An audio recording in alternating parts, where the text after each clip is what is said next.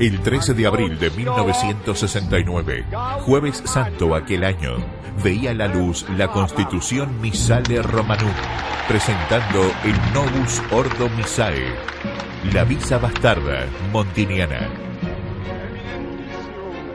Estamos a 50 años del Novus Ordo Missae. Conocida es la foto en la que se ve a Pablo VI en compañía de los observadores no católicos, 6 pastores protestantes.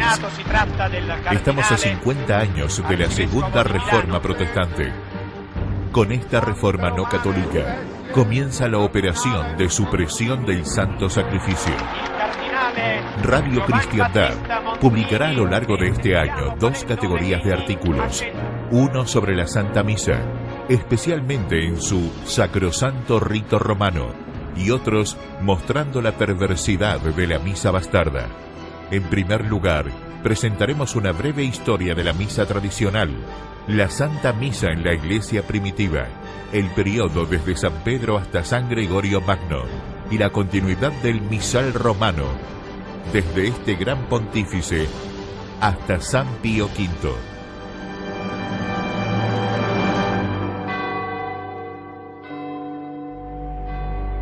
Será necesario hacer un estudio detallado de los ataques protestantes en el siglo XVI contra la Misa Católica, enfrentando esa reforma.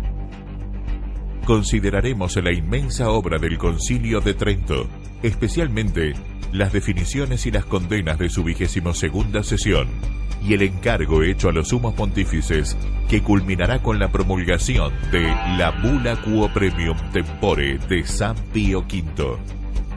El demonio no podía quedarse tranquilo sin intentar suprimir el sacrificio del Nuevo y Eterno Testamento.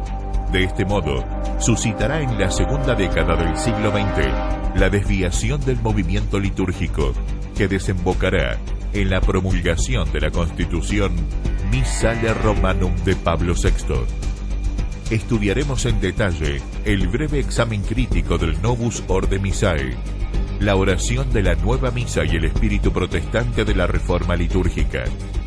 Llegaremos, Dios mediante, hasta los indultos de 1984 y 1988 y el pérfido motu proprio de 2007.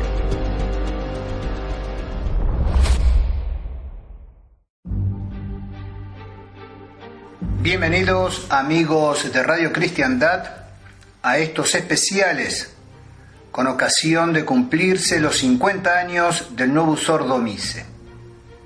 Continuamos con la historia de la Santa Misa para llegar, como sabemos, hasta el Novus Ordo Missae, la nueva misa, la Constitución Missale Romanum, con la cual comenzará la supresión del Santo Sacrificio.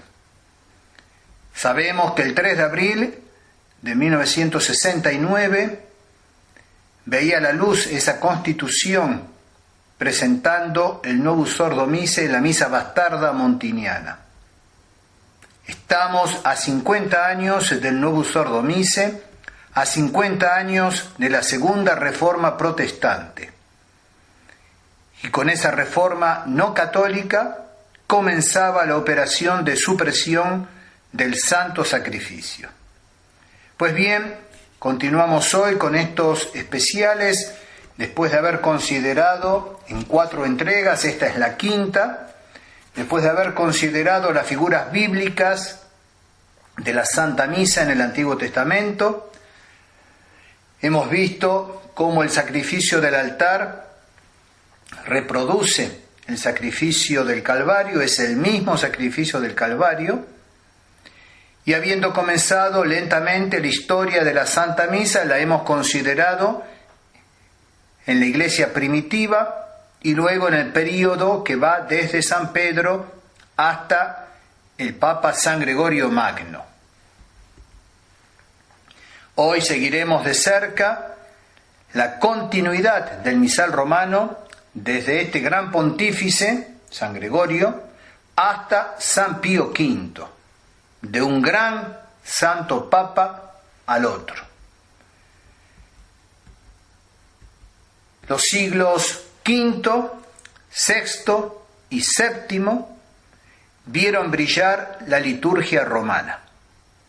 Pudo desarrollarse y expresarse de una manera más solemne a continuación del edicto de Constantino, año 313. Edicto que puso fin a las persecuciones y por lo tanto la Iglesia pudo salir de las catacumbas y tanto en el aspecto doctrinal como en el aspecto litúrgico se pudo desarrollar, se pudo expresar con toda libertad. San Gregorio Magno, que vivió entre los años 540 y 604, puso orden en el desarrollo de la liturgia romana y la codificó en su sacramentario que luego lleva su nombre, Sacramentario Gregoriano. A su muerte, repito, en el año 604, el canon de la misa romana estaba definitivamente establecido.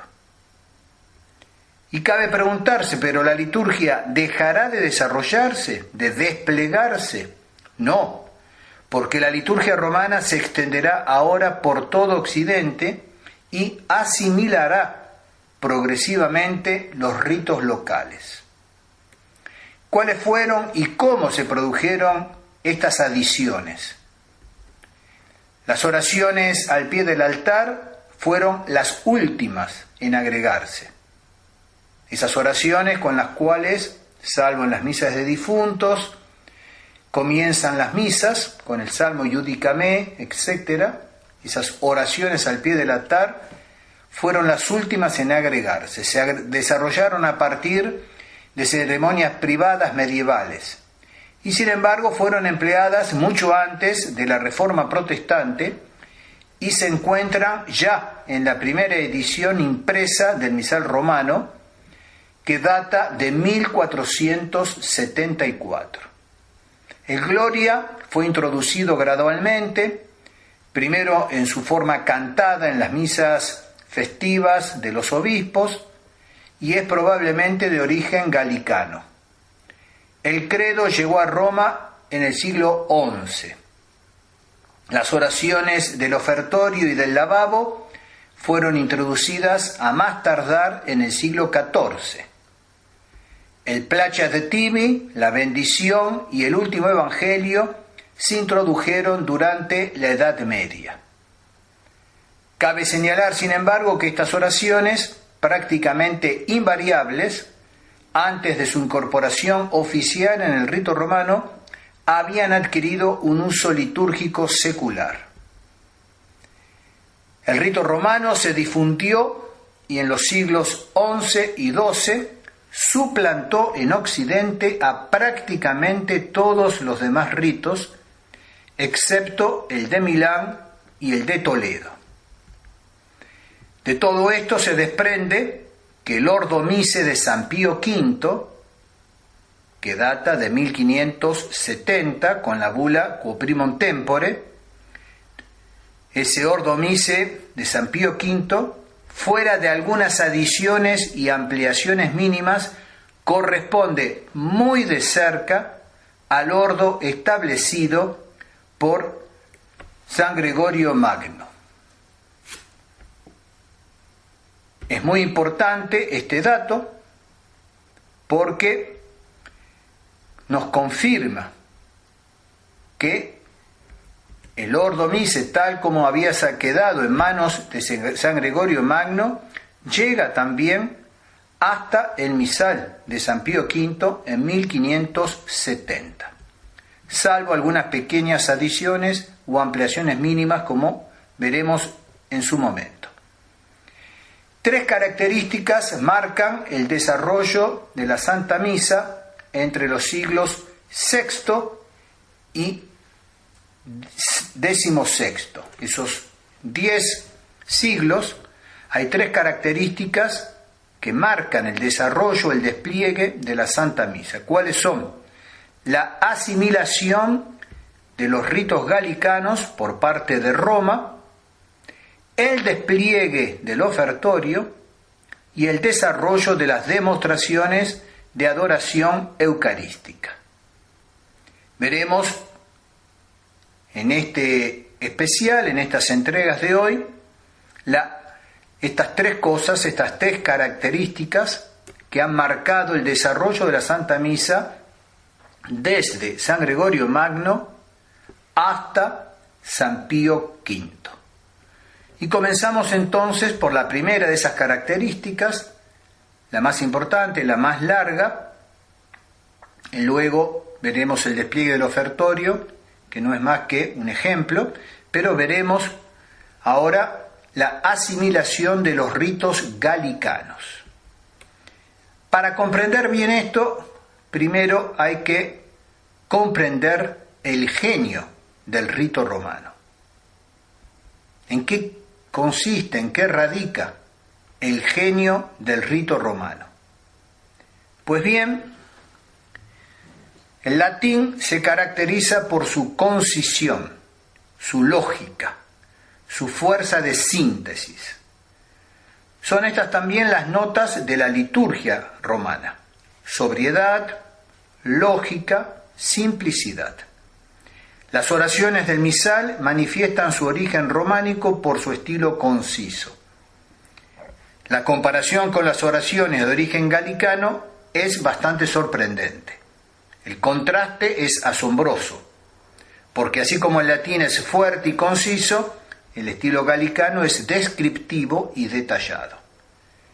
Esta fuerza de expresión y de lógica no es la única característica del rito latino, pues tiene otra fundamental que se une a ella.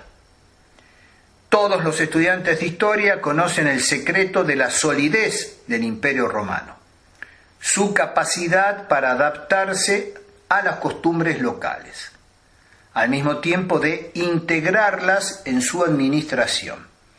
Roma, al extenderse, al ir haciéndose imperio, integra las comunidades locales, las cuales tienen sus costumbres, tienen su genio propio.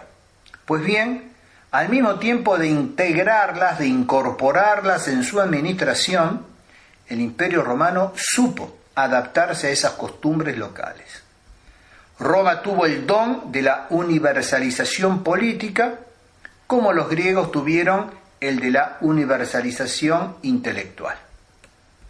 La divina providencia ha proporcionado a Roma una prodigiosa capacidad de asimilación que abrió de esta manera los caminos de la evangelización. Cuando Jesucristo se encarna, todo estaba preparado. Roma había unificado el mundo y el mensaje de la revelación se extendió rápidamente. Una roca sólida aguardaba a la sede de Pedro en Roma, y no tuvo más que establecerse allí para gobernar a la Iglesia, gobernar al mundo desde el punto de vista espiritual, como Roma lo estaba haciendo desde el punto de vista político. Esa fuerza romana también será el medio que el Espíritu Santo utilizará para garantizar la unificación y el desarrollo de la liturgia a comienzos de la Edad Media. La unificación primero por la imposición gradual del rito romano en todo Occidente, el desarrollo también al integrar en este rito romano todo lo que podía enriquecerlo, todo aquello que podía contribuir al resplandor universal. Esta capacidad de asimilación y universalización es sin duda la segunda marca del genio del rito romano. Habíamos hablado de concisión, de lógica, de fuerza, de síntesis. Ahora vemos la capacidad de asimilar y de universalizar aquello que va conquistando el Imperio Romano. De la misma manera, la Iglesia romana, con el mismo genio de extensión y de asimilación, hará esto con los ritos galicanos. Va a asimilar gradualmente estos ritos. A la muerte de San Gregorio Magno en el 604, el rito romano no era el único rito del occidente católico. A su lado había 3 ritos principales que se utilizaban en Europa. En Italia, en Milán precisamente, el rito ambrosiano, que se remonta a San Bernabé. San Ambrosio, que vivió entre el 340 y el 397, lo perfeccionó. Tenemos entonces que en Italia, en el norte de Italia, en Milán, estaba el rito ambrosiano. No se conoce bien su desarrollo, pero es cierto que se beneficia de la influencia del rito romano, del cual está muy cerca. Por ejemplo, se encuentra en el canon la adición que ya hemos visto en otro especial de San Gregorio, esas 6 palabras, diisque nostros in tua pace disponas. Por su parte, este rito ambrosiano influyó en el rito romano, que le debe varios himnos magníficos. San Pío V perpetuó el uso de este rito ambrosiano en la diócesis de Milán, ya lo veremos en la bula Quo Primum Tempore. Tenemos entonces uno de los ritos principales que eran utilizados en Europa, además del rito romano. Tenemos otro rito en España, el rito gótico o mozárabe. Probablemente España utilizó el rito romano hasta el siglo V, pero la invasión de los reyes visigodos, que eran arrianos, mezcló nuevos usos, tomados prestados en parte de una liturgia griega. Cuando San Leandro convirtió a los reyes visigodos, purificó la liturgia gótica, que llamada mozárabe, debido a la ocupación de los árabes, se convirtió en la única liturgia de España hasta el siglo X. La adopción del rito romano acompañó luego a la reconquista del país de manos de los musulmanes. Y para evitar que este rito desapareciese por completo, el Papa Julio II autorizó su uso en Toledo. Así que tenemos en España el rito toledano o el rito gótico o mozárabe. Teníamos en Italia el ambrosiano, tenemos en España el mozárabe. En Francia, el rito galicano reúne diversas prácticas según las diócesis, teniendo en común un lirismo bastante opuesto a la sobriedad romana y un gran simbolismo. Este rito galicano no tiene nada que ver con el galicanismo, importante decirlo y retenerlo. Una cosa es el rito galicano y otra cosa es el galicanismo. De la era moderna, siglos XVII, XVIII, tampoco tiene nada que ver con las desviaciones litúrgicas a las que se opondrá Don Guéranger, como ya veremos más adelante. Entonces este rito galicano no tiene nada que ver con el galicanismo ni con las desviaciones galicanas que enfrentará Don Guéranger. La liturgia galicana es ciertamente de origen oriental y se remonta a la más alta antigüedad. El rito de Lyon, por ejemplo, proviene de San Potino y de San Ireneo, quienes fueron convertidos por el apóstol San Juan en Asia. Es un ejemplo para demostrarnos el origen oriental de este rito galicano. Ahora bien, Pepino el Breve, hijo de Carlos Martel y padre de Carlomagno, gran protector del papado, a punto tal que en el 754 respondió al pedido de ayuda del Papa Esteban II, que estaba oprimido por los lombardos. Pues bien, Pepino el Breve fue convencido por el sumo pontífice de la necesidad de imponer en Francia la unidad de la liturgia para proteger la fe. Muy importante este dato. Proteger, imponer la unidad de la liturgia para ser custodia de la fe.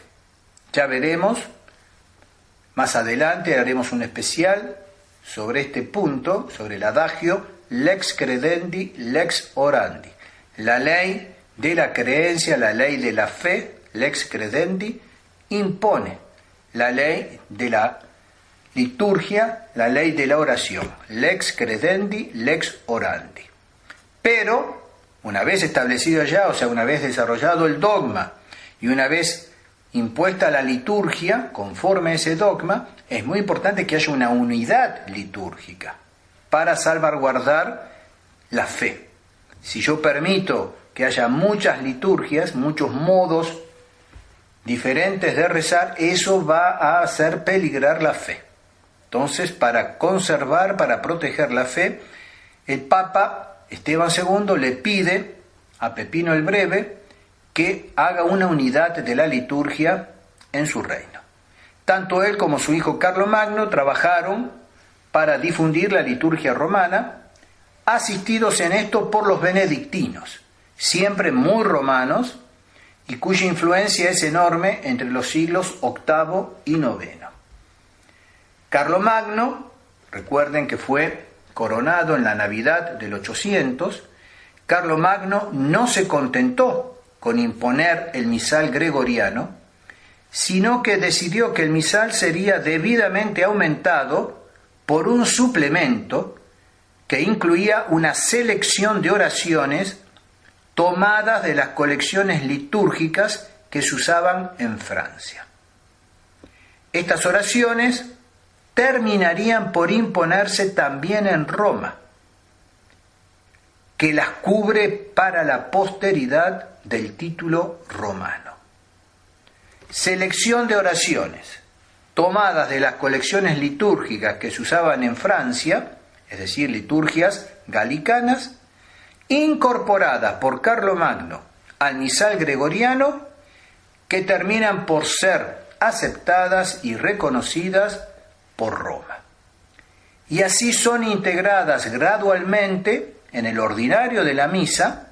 Y ahora presten atención, porque puede ser que alguno se haya sorprendido de que en el misal gregoriano se hayan incorporado oraciones, y oraciones de proveniencia francesa, galicana.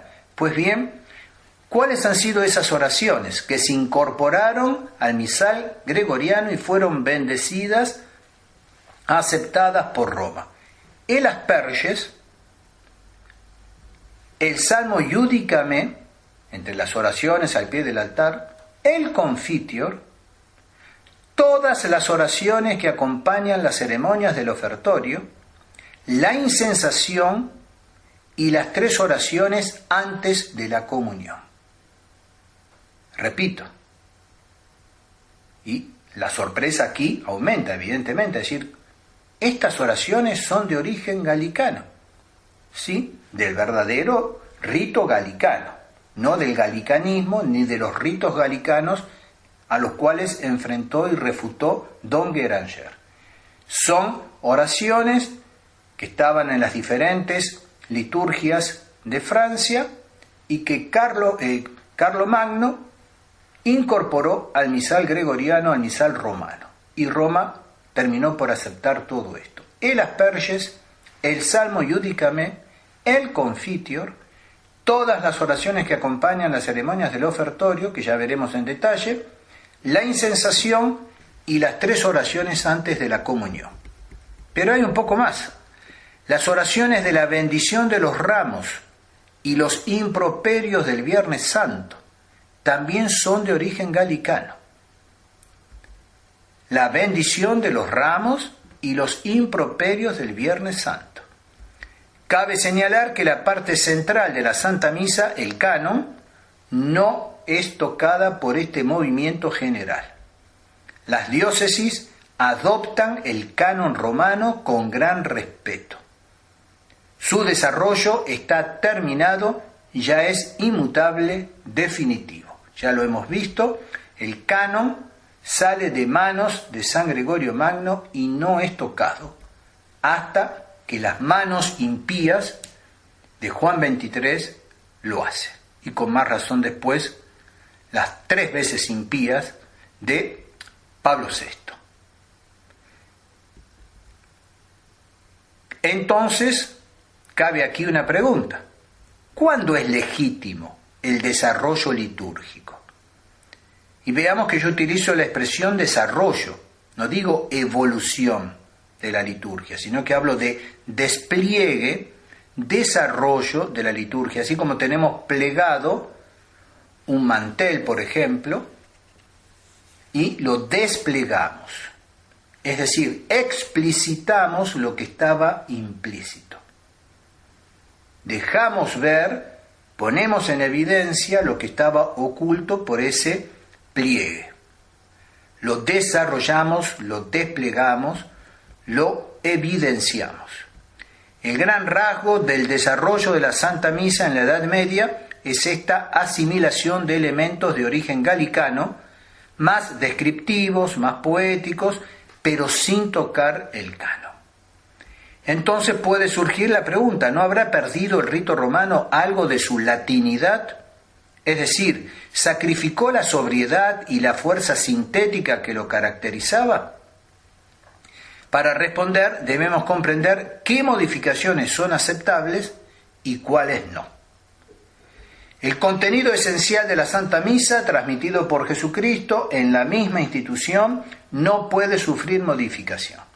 Todas las liturgias, orientales, occidentales, dentro de las occidentales, la liturgia mozárabe, la liturgia leonesa, la liturgia de San Ambrosio, en Milán, el rito ambrosiano, deben conservar el contenido esencial de la Santa Misa.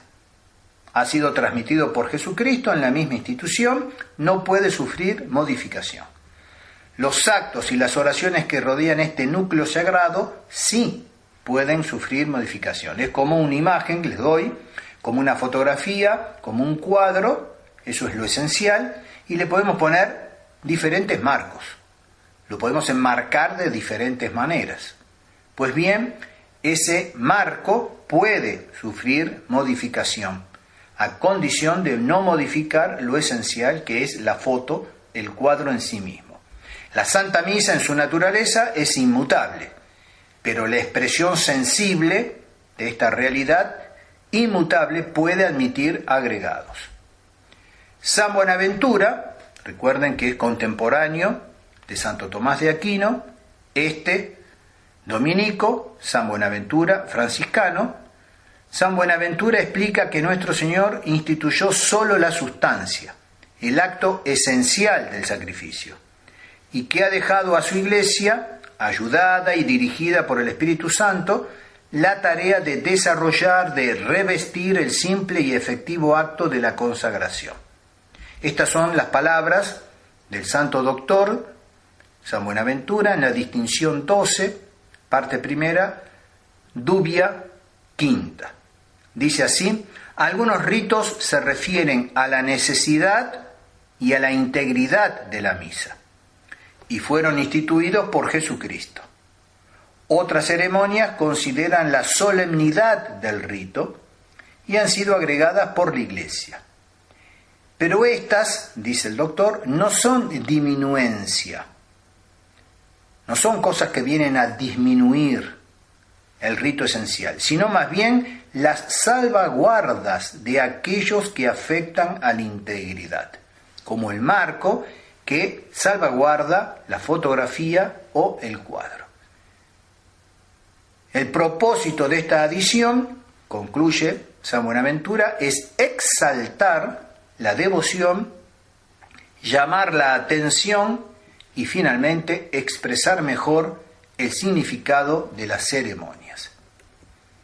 Otro ejemplo lo tenemos en todos los ritos accesorios, por ejemplo del bautismo. Son muchos. El rito esencial es derramar el agua bautismal sobre la frente del catecúmeno, pronunciando las palabras, la forma del sacramento. Todos los otros ritos están allí para salvaguardar el rito esencial, para exaltar la devoción, llamar la atención de los fieles y expresar mejor el significado de la ceremonia esencial. Hasta aquí las palabras de San Buenaventura. Sin embargo, esto no significa que la liturgia pueda evolucionar de cualquier manera. Una cosa es el despliegue, el desarrollo de algo que ya está contenido allí, y otra cosa es que la evolución lleve justamente a una innovación. La liturgia no es una devoción personal, es social por naturaleza, oración de esa sociedad que es la Iglesia, de la cual Cristo es la cabeza, Y debido a este carácter social y debido a que pertenece a toda la Iglesia, la liturgia es necesariamente tradicional. De hecho, es la característica de cualquier sociedad el transmitir una herencia, una tradición que asegura la unidad en el tiempo. Ninguna época puede inventar su liturgia. Todo lo contrario. Ella debe primero recibir y luego transmitir el patrimonio de los siglos pasados. Los ritos esenciales instituidos por Jesucristo fueron desarrollados por los apóstoles y luego por los sucesores. Y aquí llegamos a la característica principal del desarrollo de la liturgia. Es un desarrollo homogéneo, una explicitación progresiva. La naturaleza permanece inmutable, mientras que el cuerpo se desarrolla lenta y armoniosamente, pero de manera irreversible. Es comprensible entonces que Pío XII condene como un grave error el arqueologismo de aquellos que deseaban y desean, incluso hoy en día, regresar a los ritos y ceremonias de la antigüedad, borrando todo el desarrollo litúrgico. La tradición es, por definición, lo que se transmite sin interrupción. Tradere, transmitir. Si algo ha cesado en un momento dado, si algo ha dejado de ser transmitido, es obvio que ya no es la tradición. Pío XII es muy claro en su encíclica sobre la liturgia, Mediator Dei, de 1947. Como es muy importante ese texto, lo incorporamos ahora, aunque estamos viendo el desarrollo de la Santa Misa, de las oraciones de la Misa, desde San Gregorio Magno hasta San Pío V, nos adelantamos a 1947, porque justamente nos ayuda a comprender lo que es admitible y lo que no es admitible en el desarrollo de la liturgia. Dice Pío XII, con la misma medida deben ser ponderados los conatos de algunos, enderezados a resucitar ciertos antiguos ritos y ceremonias. La liturgia de los tiempos pasados merece nuestra veneración, sin duda alguna, pero una costumbre antigua no ha de ser considerada precisamente por su antigüedad como lo mejor y más a propósito, tanto en sí misma cuanto a relación con los tiempos sucesivos y las situaciones nuevas. También son dignos de estima y respeto los ritos litúrgicos más recientes, porque han surgido bajo el influjo del Espíritu Santo, que está con la Iglesia siempre hasta la consumación de los siglos, y son medios que forman parte del tesoro del que la ínclita esposa de Jesucristo se sirve para estimular y procurar la santidad de los hombres. Es en verdad cosa prudente y loable el volver de nuevo con el espíritu y el corazón a las fuentes de la Sagrada Liturgia, porque su estudio, remontándose a los orígenes, contribuye mucho a comprender el significado de las fiestas y a penetrar con mayor profundidad y esmero en el sentido tanto de las fórmulas corrientes como de las ceremonias sagradas. Pero ciertamente no es prudente ni loable el reducirlo todo y de todas las maneras a lo antiguo. Y para comprender bien esto, Pío XII ahora pone unos ejemplos. Entonces, no es prudente ni loable el reducirlo todo y de todas las maneras a lo antiguo. Así, por ejemplo, se sale del recto camino quien desea devolver al altar su forma primitiva de mesa. 1948-47, está escrito, está promulgado esto que dice Pío XII en su encíclica Mediator Dei. Se sale del recto camino quien desea devolver al altar su forma primitiva de mesa, quien desea excluir de los ornamentos litúrgicos el color negro, quien quiere eliminar de los templos las imágenes y las estatuas sagradas, quien hace representar al Redentor crucificado sin que aparezcan los dolores acervísimos que padeció en la cruz, y quien repudia el canto polifónico, aunque se ajuste a las normas promulgadas por la Santa Sede. Son algunos ejemplos que pone Pío XII para demostrar que no es prudente ni loable el reducirlo todo y de todas las maneras a lo antiguo. Continúa: así como ningún católico sensato puede rechazar los textos de la doctrina cristiana compuestos y decretados con gran utilidad por la Iglesia, bajo la inspiración y la dirección del Espíritu Santo en épocas más recientes, para volver a las fórmulas de los primeros concilios, ni puede repudiar las leyes vigentes para retornar a las prescripciones de las antiguas fuentes del derecho canónico, así, cuando se trata de la Sagrada Liturgia, no resultaría animado de un celo recto y prudente quien deseara volver a los antiguos ritos y usos, repudiando las nuevas normas introducidas por disposición de la divina providencia para hacer frente a los cambios de las circunstancias reales. Y termina Pío XII: tal manera de pensar y obrar reanimaría efectivamente el excesivo y malsano arqueologismo que despertó el concilio ilegítimo de Pistoia, y resucitaría los múltiples errores que un día provocó ese conciliábulo y los que de él se siguieron, con gran daño de las almas, errores que la Iglesia, guardiana vigilante del depósito de la fe que le ha sido confiado por su divino fundador, condenó a justo título. En efecto, tales deplorables iniciativas tienden a paralizar la acción santificadora con la cual la Sagrada Liturgia orienta hacia el Padre para su salvación a sus hijos adoptivos. Hasta aquí esta larga cita de la encíclica Mediator Dei de Pío XII del año 1947. Por lo tanto, este desarrollo es análogo al que se denomina en teología el desarrollo homogéneo del dogma. Si la revelación está relacionada con la muerte del último apóstol, la comprensión, la explicación de esta revelación, la explicitación puede desarrollarse, desplegarse, explicitarse. Y lo mismo que pasa con la doctrina, sucede con la liturgia. El desarrollo del dogma se realiza a menudo con motivo de las herejías.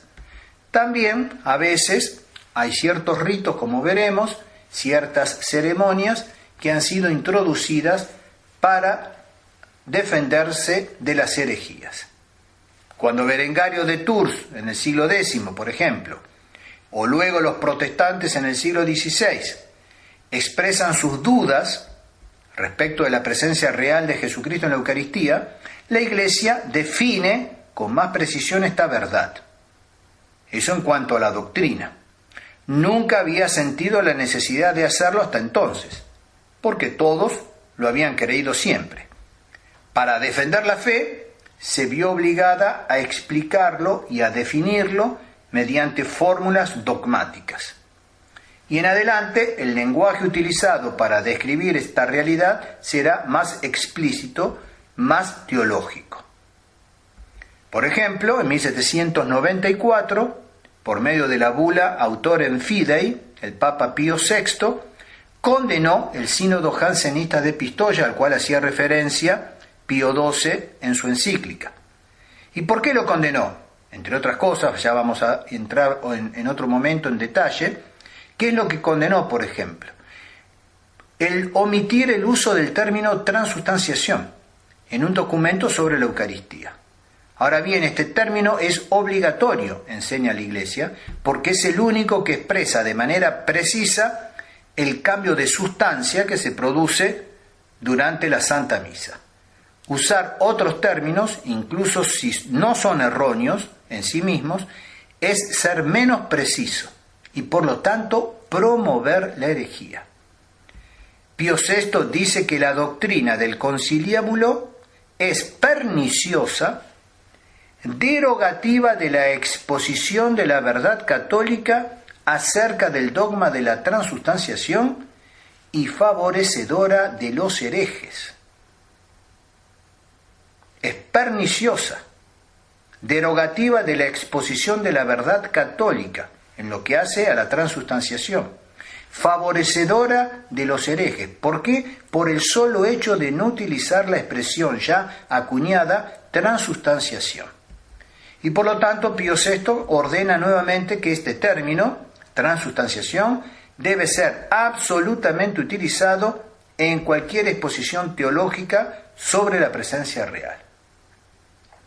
Para los que no lo saben, ya lo veremos más adelante, el documento que presenta el Novus Ordo Missae, la llamada Institutio Generalis, no utiliza ni una sola vez el término transustanciación.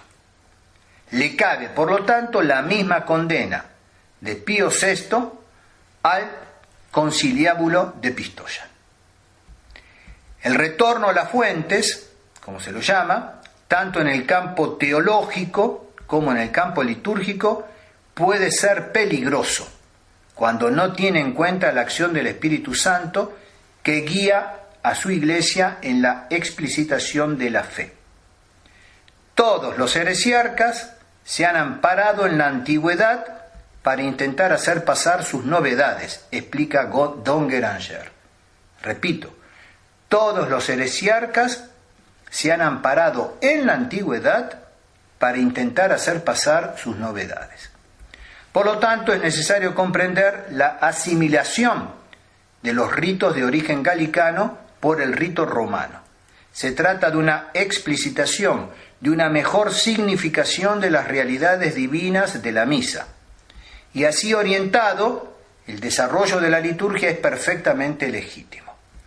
Por lo tanto, se trata de un desarrollo lógico, que incluso si utiliza oraciones de origen galicano, no altera las virtudes del orden y del rigor del rito romano. El rito romano, no pierde nada de su latinidad, ya que al integrar los nuevos elementos, los ordena en una expresión más rigurosa del Santo Misterio. Los romaniza, les da valor universal, católico, los canoniza. Y la mejor manera de percibirlo es sin duda considerar el ejemplo más bello de este desarrollo de la liturgia en la Edad Media, en lo que va de San Gregorio Magno a San Pío V, que ha sido el ofertorio. Debemos considerar entonces el desarrollo del ofertorio.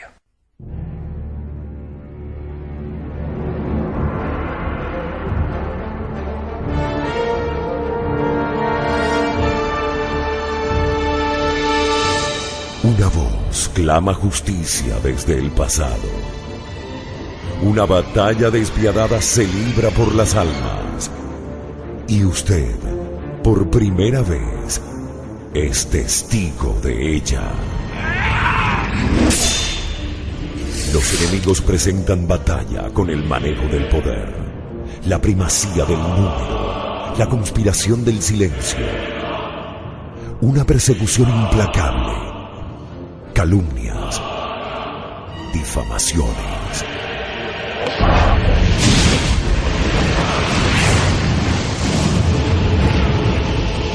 Los que resisten fieles en la fe esgrimen ceñida a sus mentes la verdad, y revestidos de la justicia como coraza, calzados los pies con el celo por el Evangelio, embrazando siempre el escudo de la fe, el yelmo de la salvación y la espada del Espíritu, que es la palabra de Dios.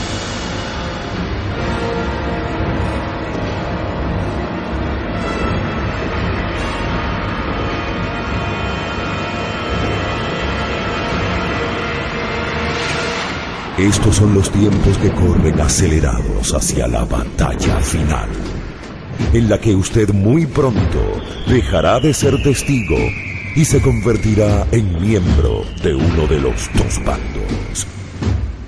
Dos banderas, dos ejércitos. Uno es de Cristo, el otro va a la perdición eterna.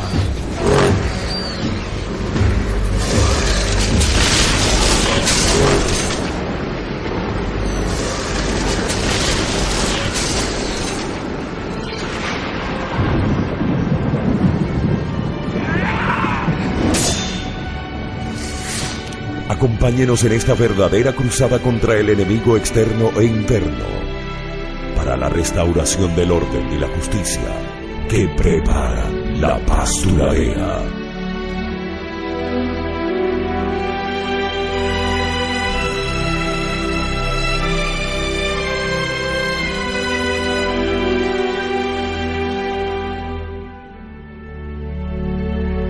Esta es la voz de la tradición católica.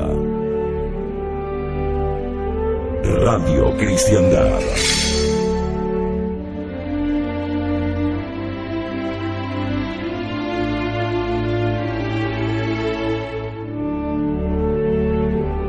Desde el 97.1 de la frecuencia modulada.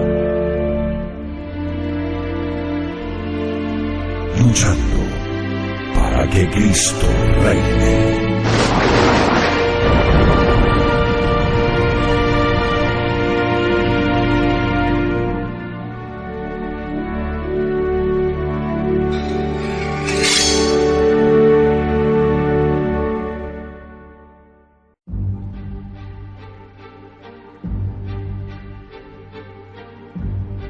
Continuamos entonces con el desarrollo del ofertorio. Ante todo, la historia de este desarrollo. En los primeros siglos, la ofrenda, el ofertorio, de la materia del sacrificio, era realizada por parte de los fieles.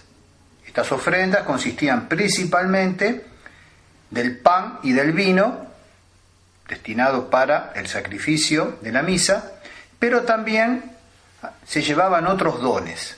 Lo que se necesitaba estrictamente para el sacrificio, o sea, el pan y el vino, era llevado al altar por el diácono y el resto era utilizado para el mantenimiento del clero y de los pobres. Pero desde el siglo IV esta procesión fue acompañada por un salmo. La antífona de este salmo se mantuvo después de la desaparición de esta procesión y constituye nuestra actual antífona del ofertorio. Si ustedes ven, antes que comience justamente el ofertorio está lo que se llama antífona del ofertorio. Es una de las partes variables de las misas de cada día. Al final de la ofrenda, el obispo recitaba una oración sobre los dones para el sacrificio. El sacramentario de San Gregorio habla de una oración super oblata, oración sobre las ofrendas. Pero Bossuet afirma que a veces se la llamó oratio super secreta, oración sobre los dones apartados. Secreta, que puede traducirse tranquilamente por secreto o también por apartados. Esto explicaría el nombre actual de la secreta, aquellas cosas que se apartaban, se separaban de toda la ofrenda que era llevada, se la separaba para el sacrificio, el pan y el vino. Pues había una oración super oblata sobre las ofrendas en el sacramentario de San Gregorio, o también tenía el nombre de oración super secreta. Y de ahí quedó el nombre de secreta para esa oración.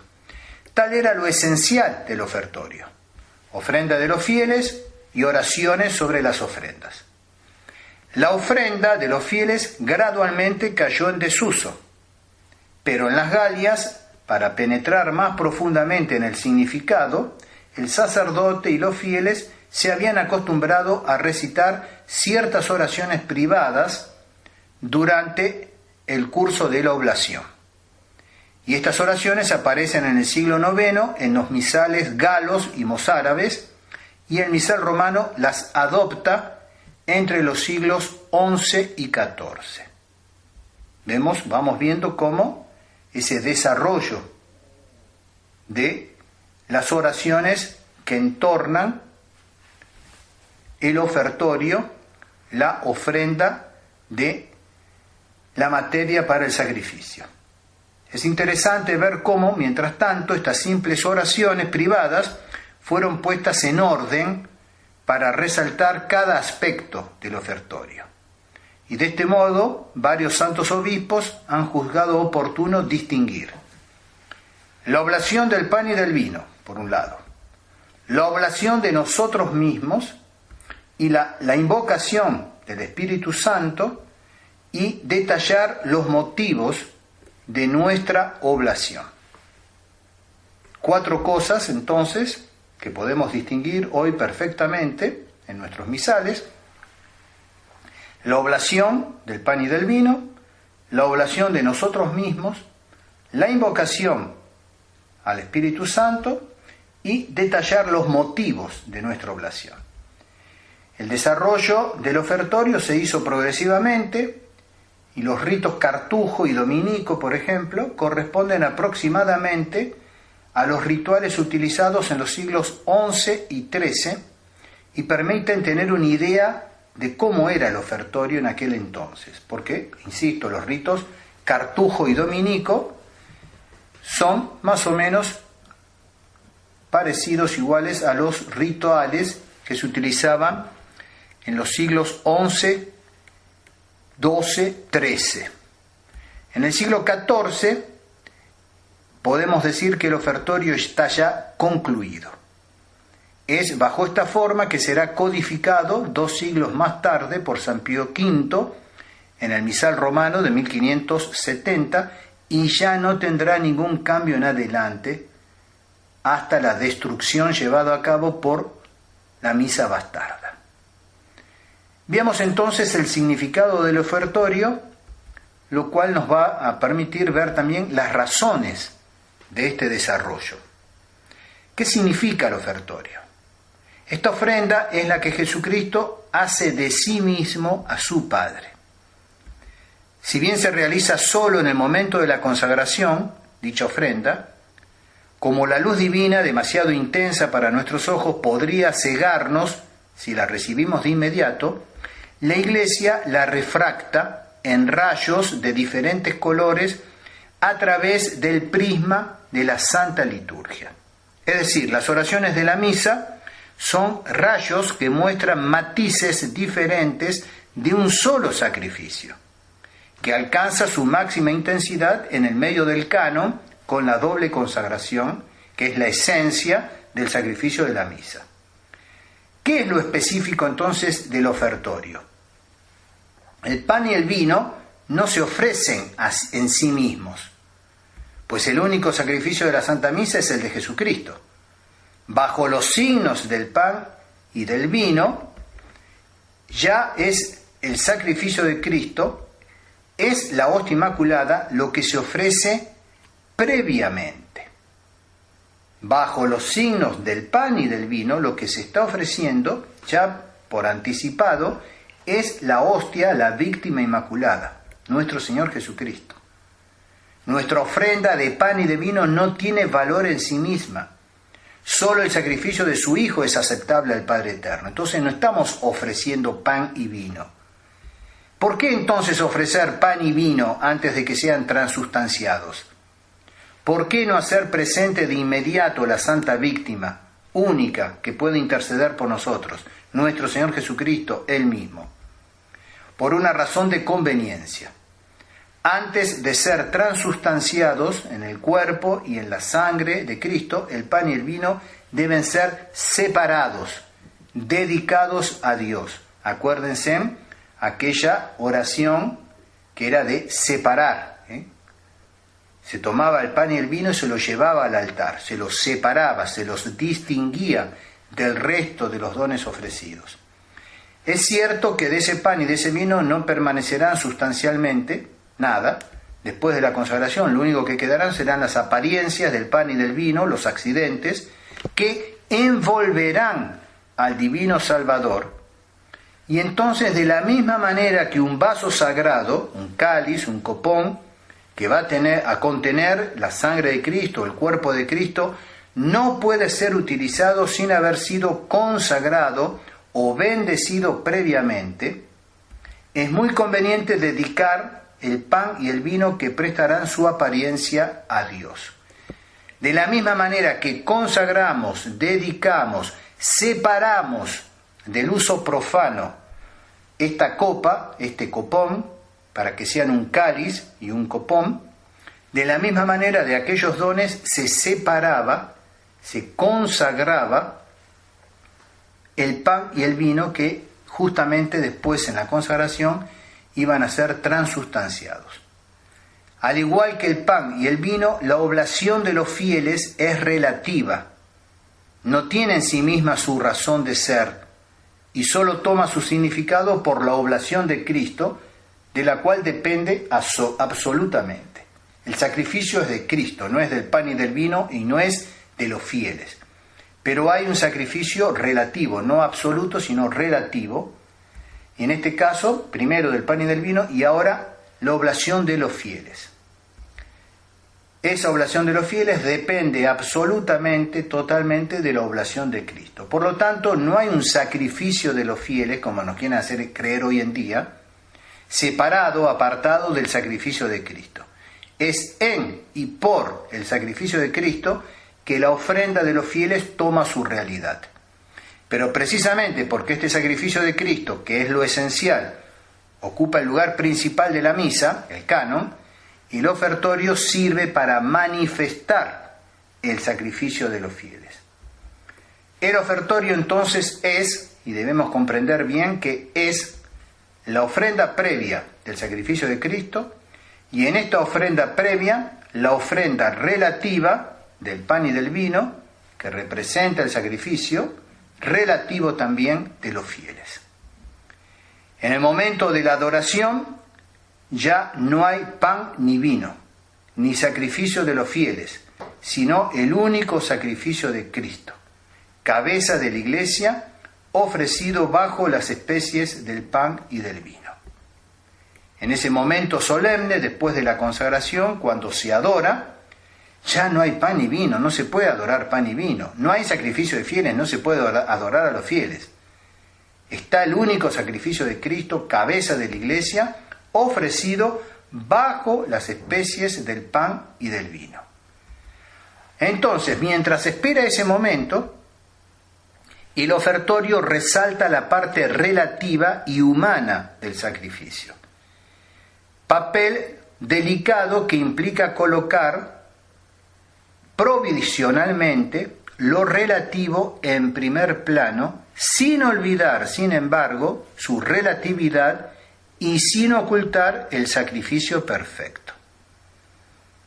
Todo eso es lo que se ha ido desarrollando bajo la inspiración del Espíritu Santo y realmente a través de todas esas oraciones y ceremonias se ha logrado algo realmente extraordinario, hermoso.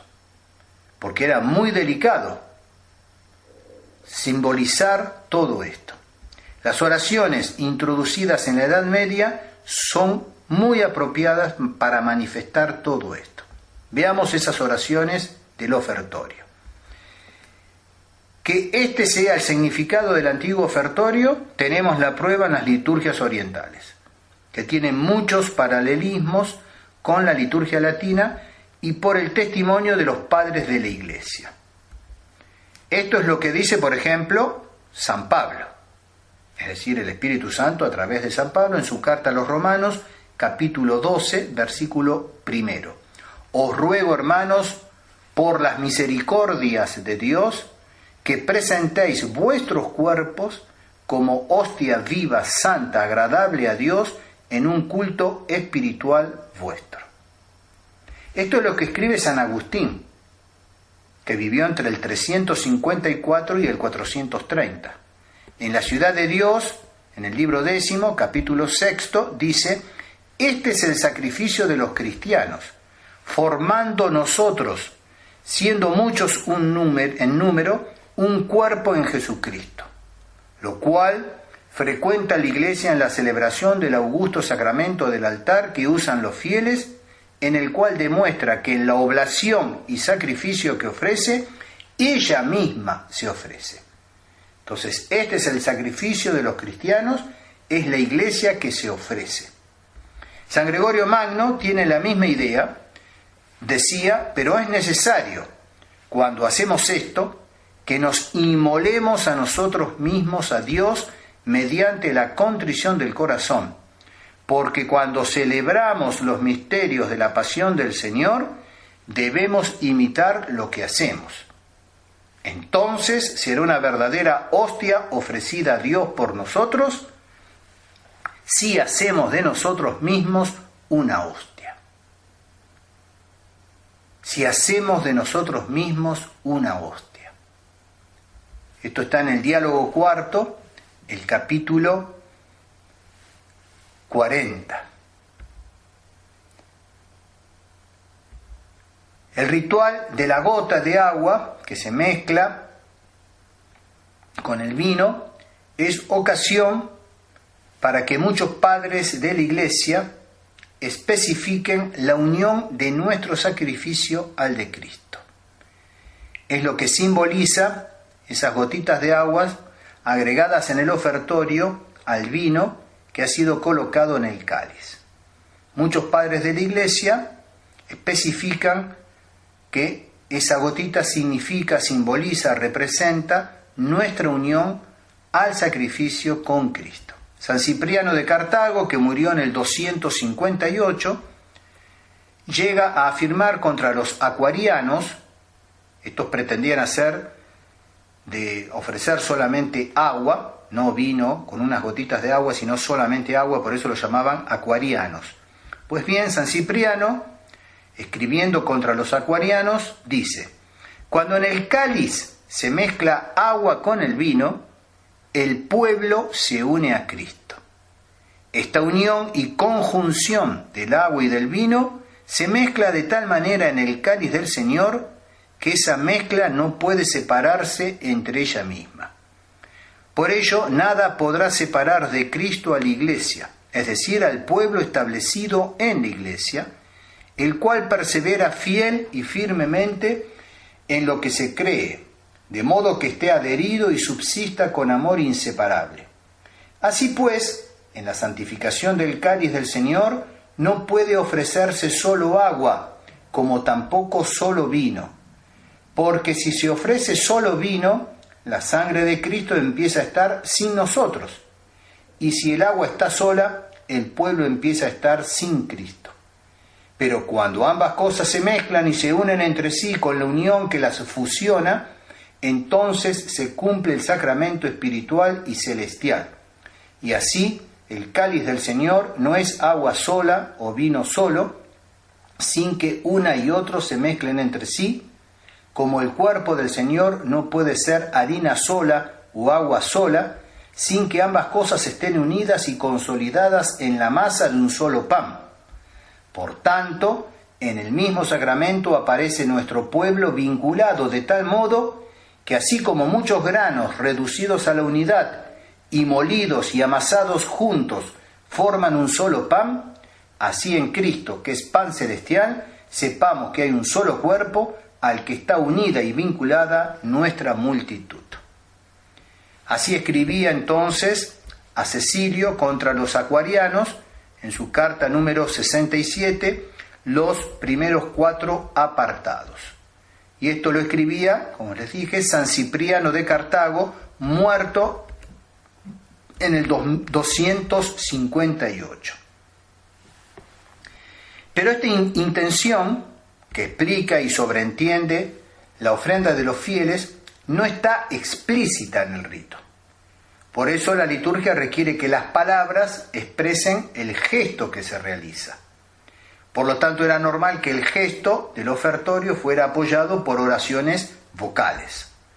Era necesario mencionar el sacrificio significando lo que significa la ofrenda, y para hacerlo recordar explícitamente el sentido del santo sacrificio y el propósito, la intención que tiene la Iglesia. Una cosa es el rito, la ceremonia, y otra cosa son las palabras que lo acompañan.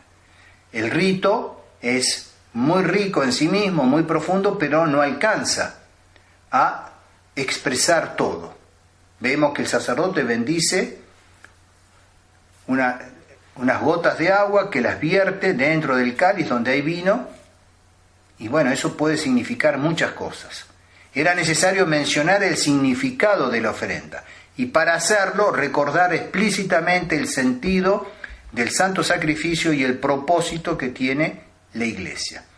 Las oraciones del ofertorio, tal como están codificadas por San Pío V, constituyen así una magnífica explicación de la ofrenda de los fieles. Ellas lo manifiestan en cada uno de sus elementos: ofrenda de pan, ofrenda del vino, ofrenda de los fieles, invocación al Espíritu Santo, etc. Se trata verdaderamente de un desarrollo, de un despliegue del ofertorio. Vamos a considerar ahora entonces esas diversas oraciones. Para quienes no las conozcan bien, en este momento sería oportuno que tomasen su misal, fuesen al ordinario de la misa y se fijen a partir del ofertorio. Entonces, en primer lugar, oblación del pan. La primera oración, Suscipe Sancte Pater, resume ya todo lo que es útil saber sobre el santo sacrificio. Les leo esa oración. Recibe, oh Padre Santo, omnipotente y eterno Dios, esta hostia inmaculada, que yo, indigno siervo tuyo, te ofrezco a ti, mi Dios vivo y verdadero, por mis innumerables pecados, ofensas y negligencias, y por todos los circunstantes, así como también por todos los fieles cristianos vivos y difuntos, a fin de que a mí y a ellos nos aproveche para la salvación y vida eterna, así sea. Ya simplemente, con el solo hecho de recorrer con la vista esta oración, nos damos cuenta que no puede ser el pan y el vino en sí mismos. No son hostia inmaculada, que ofrecemos por los pecados, ofensas y negligencias un poco de pan. No puede ser ese poco de pan hostia inmaculada. Ya se está refiriendo a nuestro Señor Jesucristo. Y por eso se anticipa la Iglesia para hacer la ofrenda, porque todo sacrificio tiene que tener una oblación, un ofertorio, una realización del sacrificio y una consumación por medio de la participación en la víctima, que vendría a ser la comunión. ¿A quién se ofrece el sacrificio? Si leemos esta oración, Padre Santo, omnipotente y eterno Dios, se ofrece a Dios. ¿Quién sacrifica? El sacerdote, que yo, indigno siervo tuyo, te ofrezco. Es muy conveniente que la primera oración del ofertorio manifieste el carácter peculiar del sacerdote. No ofrece estos dones de la misma manera que los feligreses. Ya está él marcado por el sacramento del orden. Y es por sus manos que Jesucristo ofrecerá su sacrificio.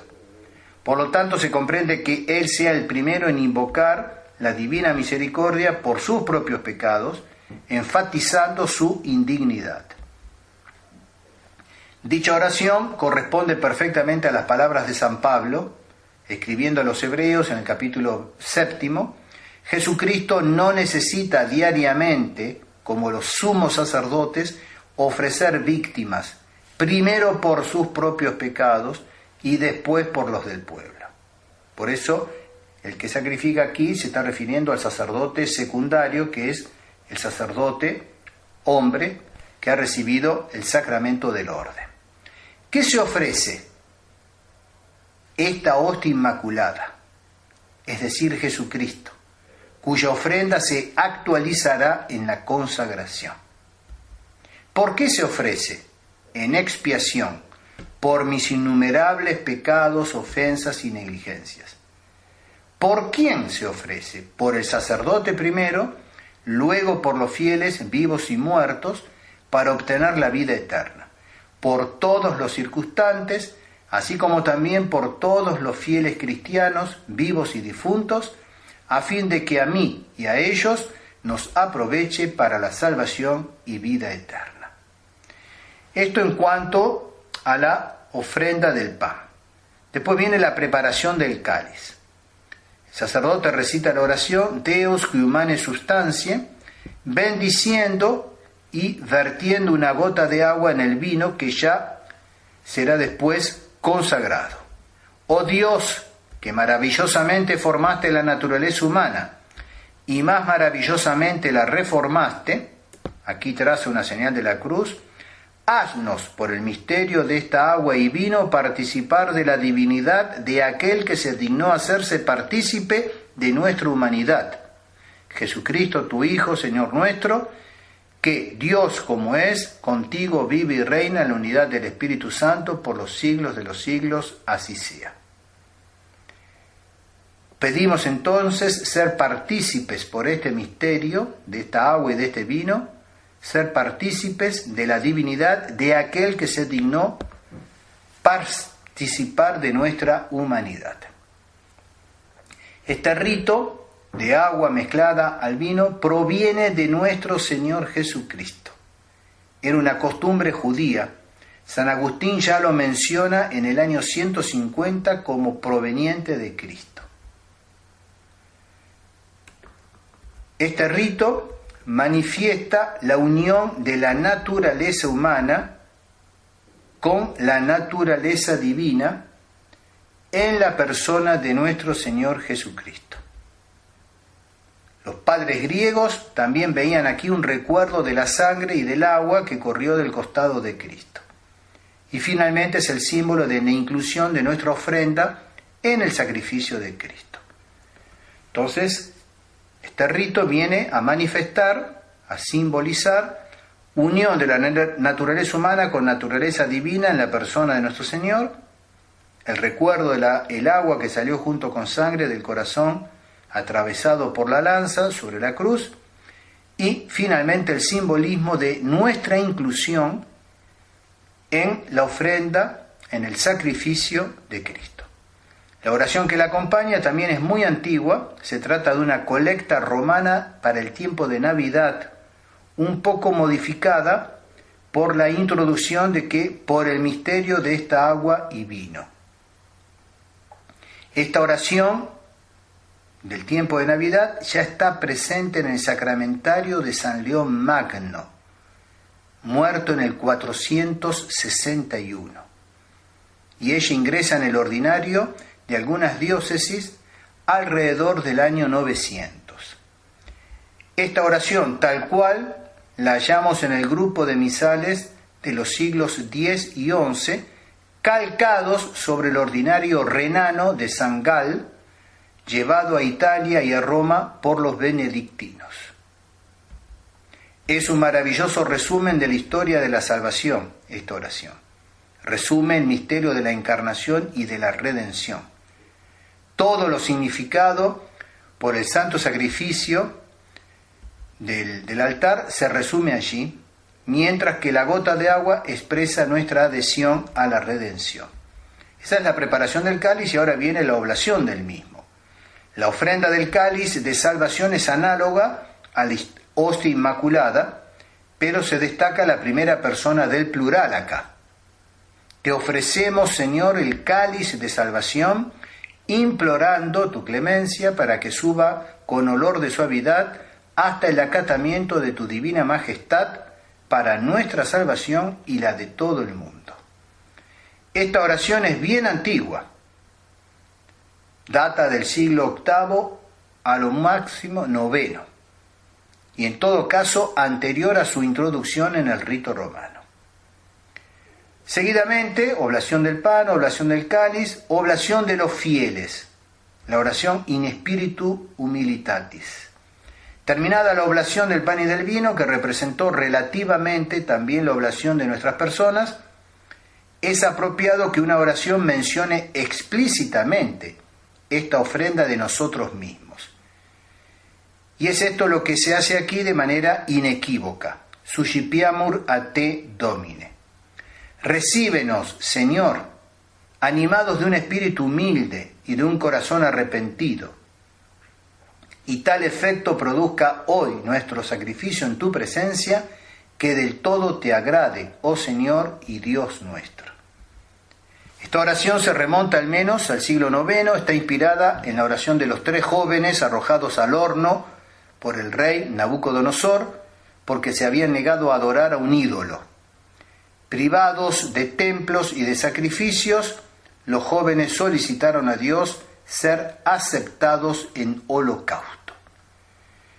No tenemos en este tiempo príncipe ni caudillo, ni profeta ni holocausto, ni sacrificio ni ofrenda, ni incienso, ni lugar donde presentarte las primicias, a fin de poder alcanzar tu misericordia. Pero recíbenos tú, contritos de corazón y con espíritu humillado, como el holocausto de los carneros y toros y los millares de gordos y corderos, Así sea hoy nuestro sacrificio delante de ti, para que te sea acepto, pues jamás quedan confundidos los que en ti confían. Esta hermosa oración está contenida en el libro 3 del libro del profeta Daniel, capítulo 3, versículos 38 a 40. Siguiendo con las oraciones que constituyen nuestro ofertorio, viene ahora la invocación al Espíritu Santo, el Veni Sanctificator. Ven, oh Dios santificador, omnipotente y eterno, y bendice este sacrificio preparado para gloria de tu santo nombre. Y aquí viene la pregunta, ¿por qué invocar particularmente al Espíritu Santo ofreciendo al ofrecer el sacrificio? ¿Para qué invocarlo? ¿Por qué invocar al Espíritu Santo en este momento, al ofrecer el sacrificio? Y este es un rasgo común a todas las liturgias. Los griegos tienen este llamamiento al Espíritu Santo después de la consagración, pero era normal que el rito latino, más preocupado por el orden lógico, lo colocara antes de la acción propiamente sacrificial. Y hay dos razones para justificar la invocación de la tercera persona de la Santísima Trinidad. Primera razón, el sacrificio debe ser necesariamente aceptado por Dios. Ya que el sacrificio está dispuesto, es apropiado acudir a esta intervención divina, tradicionalmente atribuida al Espíritu Santo, como lo demuestra la secreta del viernes de Pentecostés, por ejemplo, que dice: Señor, que el sacrificio ofrecido en tu presencia sea consumido por aquel fuego divino con el cual fueron encendidos los corazones de los apóstoles.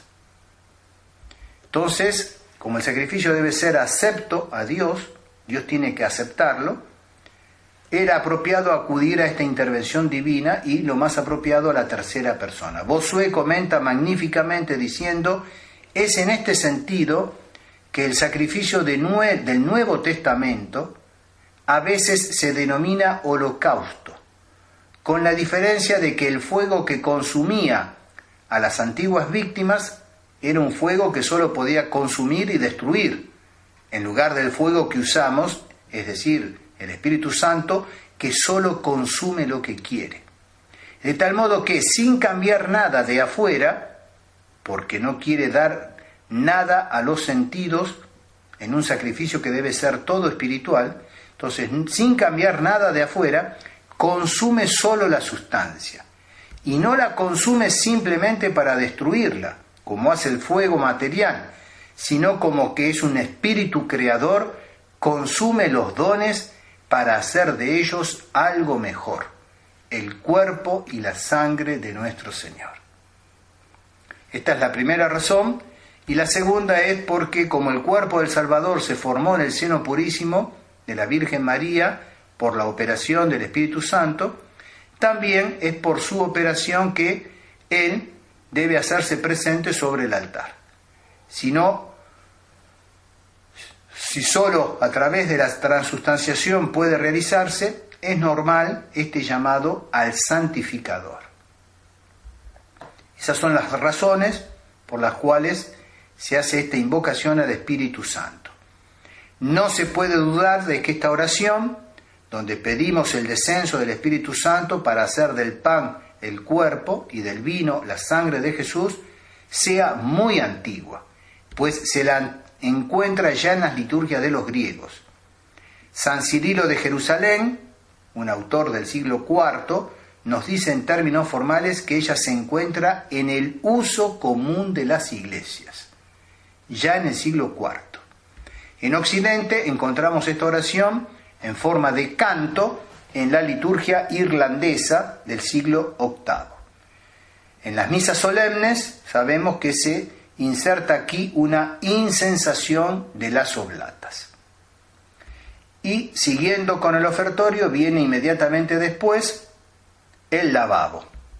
El lavabo de las manos, que tenía un propósito práctico, habían recibido los dones, todo tipo de dones, Viene luego esta incensación, etc.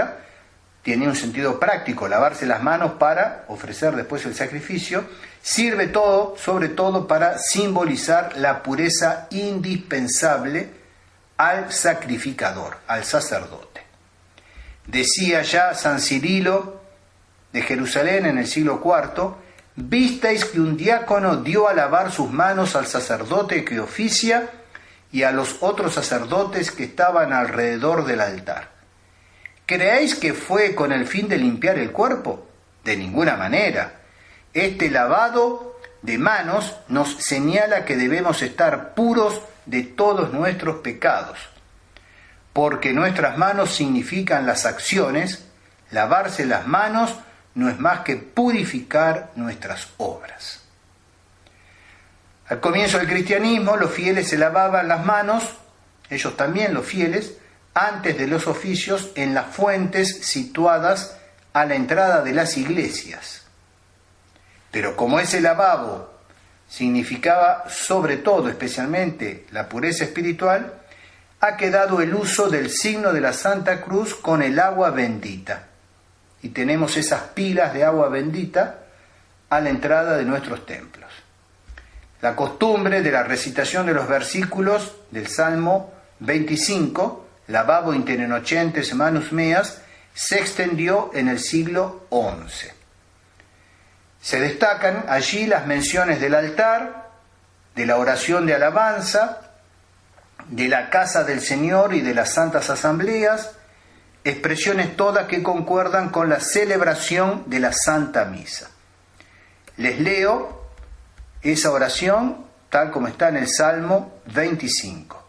Lavaré mis manos entre los inocentes y rodearé, oh Señor, tu altar, para hacerme eco de los cánticos de alabanza y proclamar todas tus maravillas. Yo he amado, oh Señor, el decoro de tu casa y la mansión de tu gloria. No pierdas, Dios mío, mi alma con los impíos, ni mi vida con los hombres sanguinarios, cuyas manos están manchadas de maldad y su diestra cargada de sobornos. Yo, en cambio, he procedido con inocencia. Líbrame tú y ten piedad de mí. Mi pie ha andado por el camino recto. En la asamblea de los fieles te bendeciré. Gloria al Padre y al Hijo y al Espíritu Santo, etc. El Salmo 25, del cual se extraen estos versículos, hace hablar a nuestro Señor, que pide a Dios su Padre aceptar el sacrificio perfecto que Él ha venido a ofrecer. El versículo «he procedido con inocencia», por lo tanto, no se aplica a la persona del sacerdote que lo recita, sino a la persona de nuestro Señor Jesucristo. Esto nos lo explica don Guéranger en su explicación de la Santa Misa. Sigue la oblación a la Santísima Trinidad, Suscipe Santa Trinitas. Recibe, oh Trinidad Santa, esta oblación que te ofrecemos, en memoria de la pasión, resurrección y ascensión de nuestro Señor Jesucristo, y en honor de la bienaventurada siempre Virgen María, y el bienaventurado San Juan Bautista, y de los santos apóstoles San Pedro y San Pablo, y de estos y de todos los santos, para que a ellos les sirva de honor y a nosotros nos aproveche para la salvación, y se dignen interceder por nosotros en el cielo aquellos de quienes hacemos memoria en la tierra. Por el mismo Jesucristo nuestro Señor, así sea. Después de la incensación y del lavabo de las manos, esta oración Suscipe Santa Trinitas llama la atención de los asistentes a la idea central de la misa, la del sacrificio. Ya estamos siendo convocados al sacrificio. Ya va a empezar pronto el canon y encerrado en el corazón del mismo la doble consagración, la consumación del sacrificio. Esta oración Suscipe Santa Trinitas recoge en una especie de síntesis todas las diferentes ofrendas que hemos ido detallando anteriormente.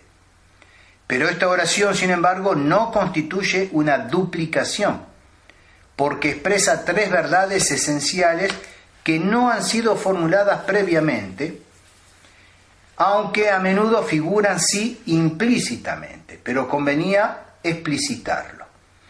Suscipe Santa Trinitas, el sacrificio se ofrece a Dios, uno y trino, como Él mismo se ha revelado.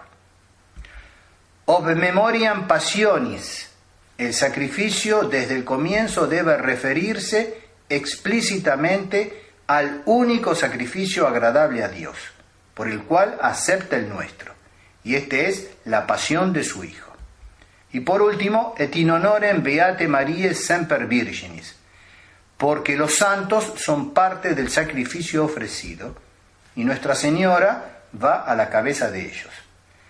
En Jesucristo se recapitula toda la Iglesia es ofrecida, por lo cual es importante para nosotros, miembros de la Iglesia militante, aclarar aquí que la Iglesia triunfante también se está ofreciendo con nosotros, para nosotros que esperamos los felices efectos del sacrificio, ya que es una promesa de éxito.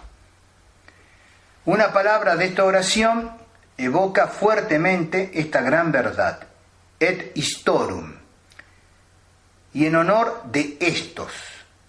¿De quién se trata?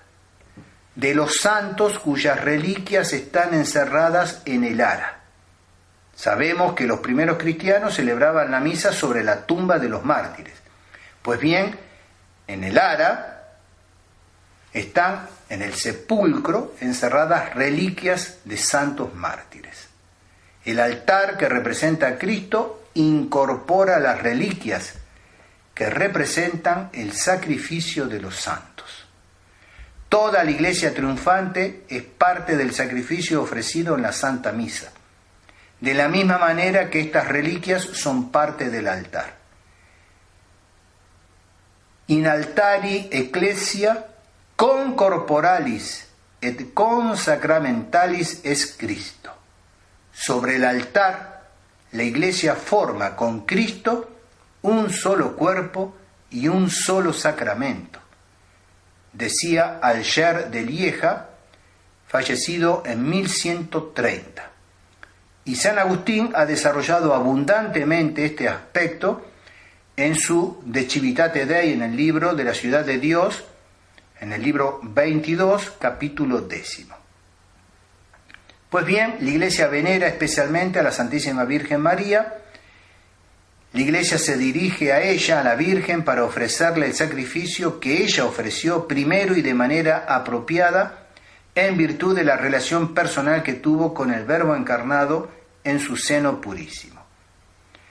Admitida en el siglo XII, en el misal romano, esta oración se remonta en lo esencial a la liturgia ambrosiana, que habíamos dicho provenía ya del Oriente, de los griegos, y que San Ambrosio había perfeccionado.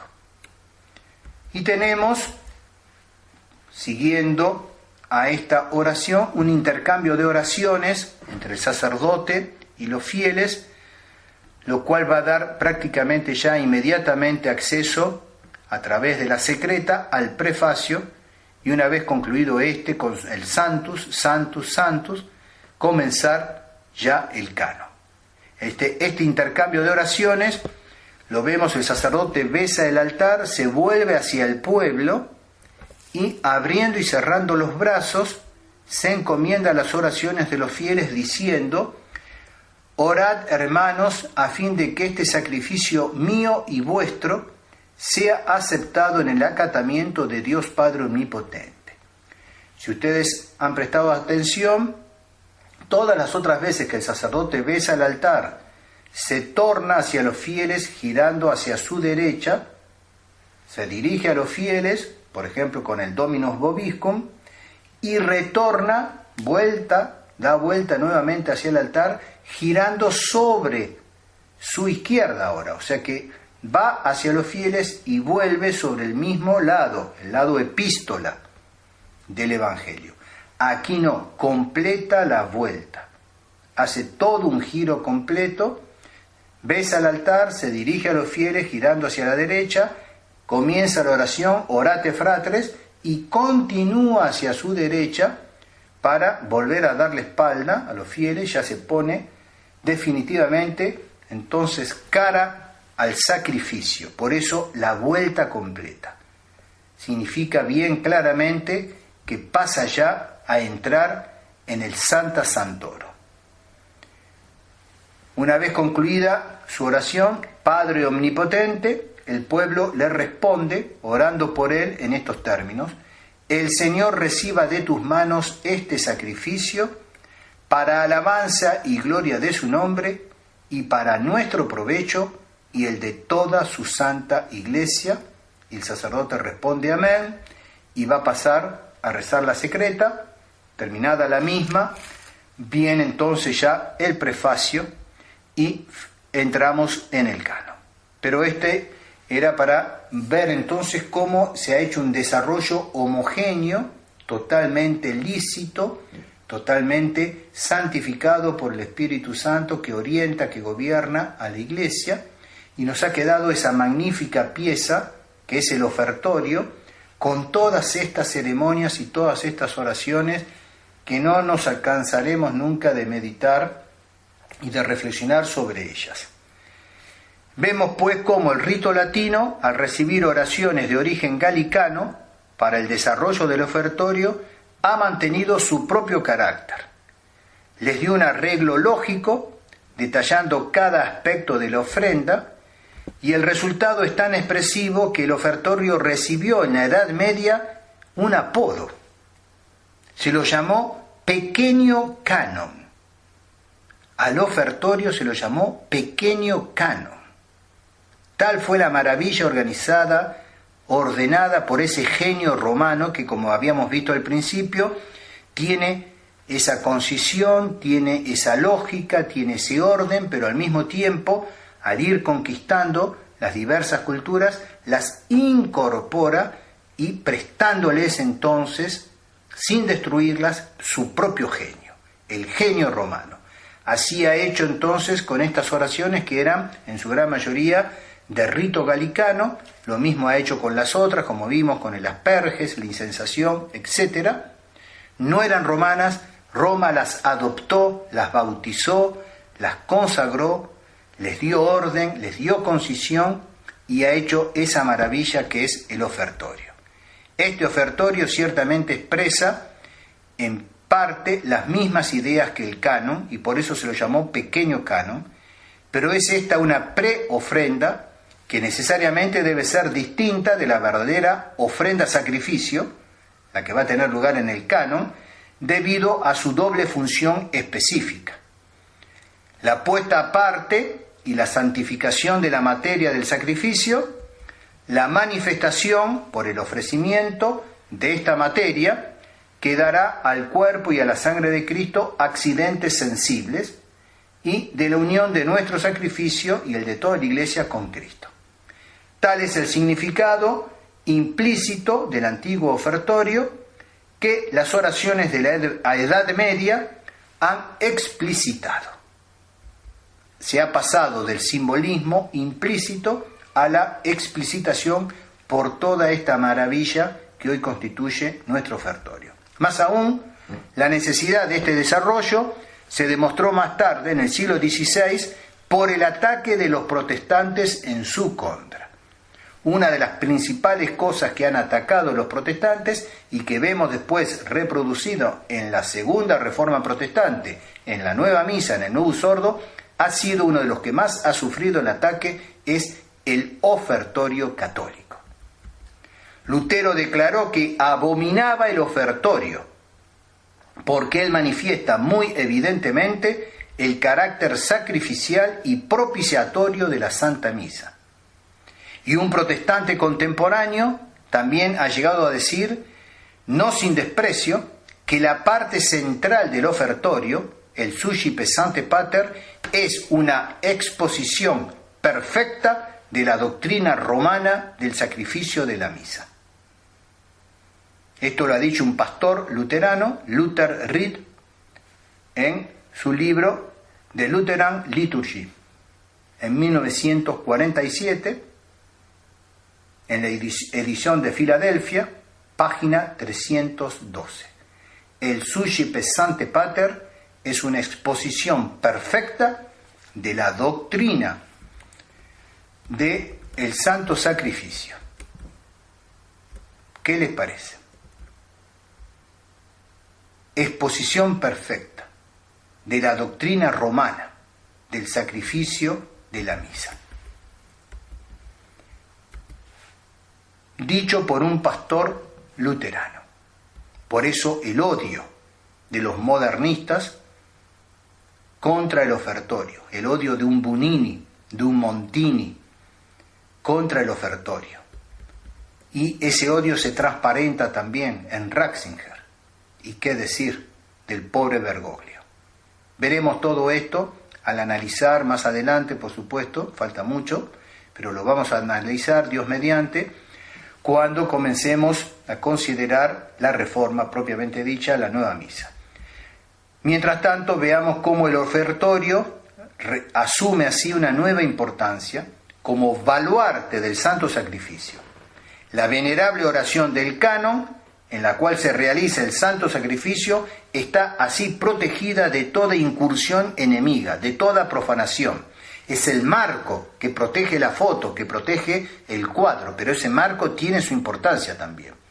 No se puede acceder al canon, no se puede acceder a la foto, al cuadro, sin acceder al marco, el ofertorio, sin pasar por esta fortificación que le da un significado incuestionablemente católico. Y por eso, si se quería destruir la misa, había que, entre otras cosas, destruir también este marco, destruir el ofertorio católico. Recordemos con qué celoso cuidado los primeros cristianos protegían el corazón del santo sacrificio de toda mirada profana. Por eso los catecúmenos llegaban hasta el ofertorio exclusivo. Ya no podían quedarse en el templo. Pues bien, estaba prohibido que un incrédulo lo viera o escuchara o viera la mínima ceremonia del canon. Incluso los catecúmenos eran excluidos de él. Y era una falta grave revelar el texto venerable del canon a una persona que todavía no estaba suficientemente informada sobre el significado de los misterios, porque era exponerlo a ser mal interpretado y así ser profanado. Habiendo desaparecido el baluarte del secreto, ya la ley del arcano, del silencio, del secreto, fue necesario construir otro baluarte. Y el desarrollo del ofertorio durante la Edad Media ofreció la misma ventaja de proporcionar, incluso antes del comienzo de la acción sagrada, una introducción detallada a su celebración. El ofertorio da así entonces su significado a la Santa Misa, la define, protege el canon. Don Guéranger enseñó que el cambio en los asuntos litúrgicos solo puede ser justificado por una expresión más precisa de la doctrina. El despliegue del ofertorio proporciona un ejemplo brillante de ese cambio, es asumido, es justificado para una expresión más precisa de la doctrina. Con esto terminamos esta segunda parte, el desarrollo, el despliegue del ofertorio, y nos queda analizar rápidamente ya la tercera parte, muy cortita, las otras adiciones y sobre todo el desarrollo del culto eucarístico. Las otras partes de la misa no experimentaron un verdadero desarrollo después de San Gregorio Magno. Cabe señalar en particular que la forma del canon codificada por San Pío V se remonta al siglo V y no se ha modificado desde entonces. Se han agregado algunas oraciones, especialmente en torno al rito de la comunión, y a menudo ya existían en la Iglesia galicana o en la Iglesia española. La recepción de la Sagrada Eucaristía, que se realizó bajo las dos especies en los primeros siglos, se hizo gradualmente bajo una sola especie por razones de conveniencia y de facilidad práctica. Esta disciplina, grave en razón del respeto al cuerpo de Cristo, a la sangre de nuestro Señor, será sancionada por el Concilio de Trento con incumbencias teológicas contra los protestantes de ayer y de hoy. Ya el Concilio de Trento se anticipó en su condena no solamente a los protestantes a los cuales condenaba, sino a los que han sido condenados por anticipación y son los que forjaron la nueva misa y hoy la utilizan. Al final del siglo XII se vio la aparición de un rito al que estamos ya muy habituados y que hoy nos parece casi necesario para la misa, que fue el de la elevación después de la consagración. Prescrito en París durante el episcopado de Eudes de Sully, constructor de Notre Dame, vivió entre 1196 y 1208, fue la construcción de Notre Dame. Este rito de adoración es practicado en Roma desde 1219. La elevación del cuerpo sacratísimo de nuestro Señor ya existía antes, especialmente entre los cartujos, y la elevación del cáliz es probablemente un poco posterior. El rito de la pequeña elevación antes del Padre Nuestro es, por otro lado, mucho más antiguo. ¿Por qué se hace esa elevación, tanto del cuerpo como de la sangre de nuestro Señor después de la consagración? Es para que los fieles adoren el cuerpo y la sangre de nuestro Señor, y sobre todo tuvo la intención de oponerse a aquellos que negaban la presencia real. La abadía de Cluny impone poco a poco para el sacerdote el uso de mantener el pulgar y el índice articulados desde la consagración hasta la ablución, que ciertamente, claro está, debe hacerse sobre el cáliz. De modo que estos dos dedos que tocan el preciosísimo cuerpo de nuestro Señor no tengan contacto con nada profano antes de ser purificados. Sin esta precaución, una partícula podría perderse, y sabemos que en la mínima partícula está nuestro Señor presente, verdadera, real y sustancialmente. Cabe destacar, dentro del magnífico impulso de la piedad eucarística, la misa del Santísimo Sacramento, una verdadera obra maestra, compuesta en 1264 por Santo Tomás de Aquino, a petición del Papa Urbano IV. Grave será la anarquía que va a apoderarse de la Iglesia con motivo del exilio de los papas en Aviñón entre 1309 y 1377. Y también esta anarquía va a afectar a la liturgia. Todo Occidente ha adoptado el rito romano, pero cada diócesis tiene una versión diferente. Esta anarquía litúrgica, unida a los ataques que van a nacer de parte de los protestantes contra el Santo Sacrificio, requerirá del Concilio de Trento y de San Pío V particularmente una estricta codificación del rito de la misa. Ni el Concilio de Trento ni el Santo Pontífice inventarán nada, no alterarán nada, simplemente se contentarán con ordenar lo que ya existía para editar un misal oficial al cual los sacerdotes deberán referirse para saber cómo celebrar la Santa Misa. En las próximas entregas, Dios mediante, veremos esto, es decir, los ataques protestantes contra la Santa Misa y la obra llevada a cabo por el Gran Concilio de Trento. Aquí terminamos, queridos amigos de Radio Cristiandad, estos especiales en el cual hemos visto la asimilación de los ritos galicanos y el desarrollo del ofertorio especialmente en ese período que va desde San Gregorio Magno hasta San Pío V.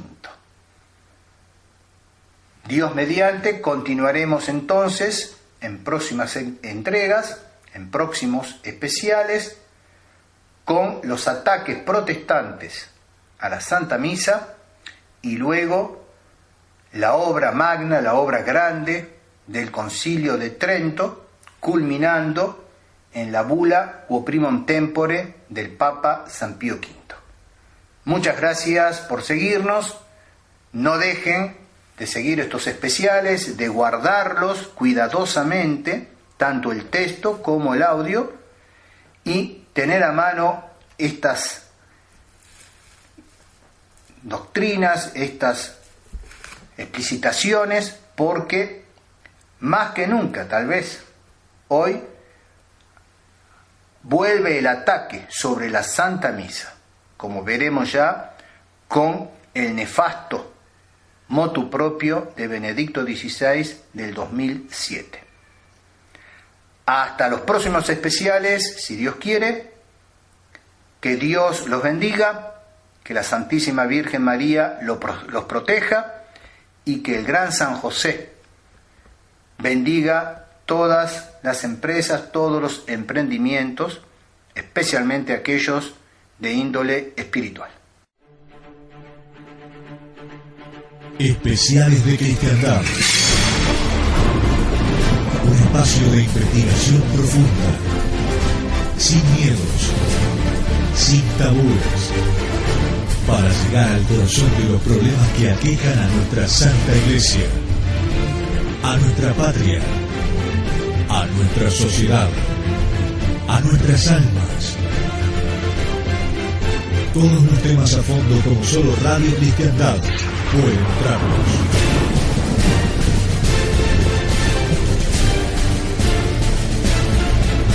Especiales de Cristiandad.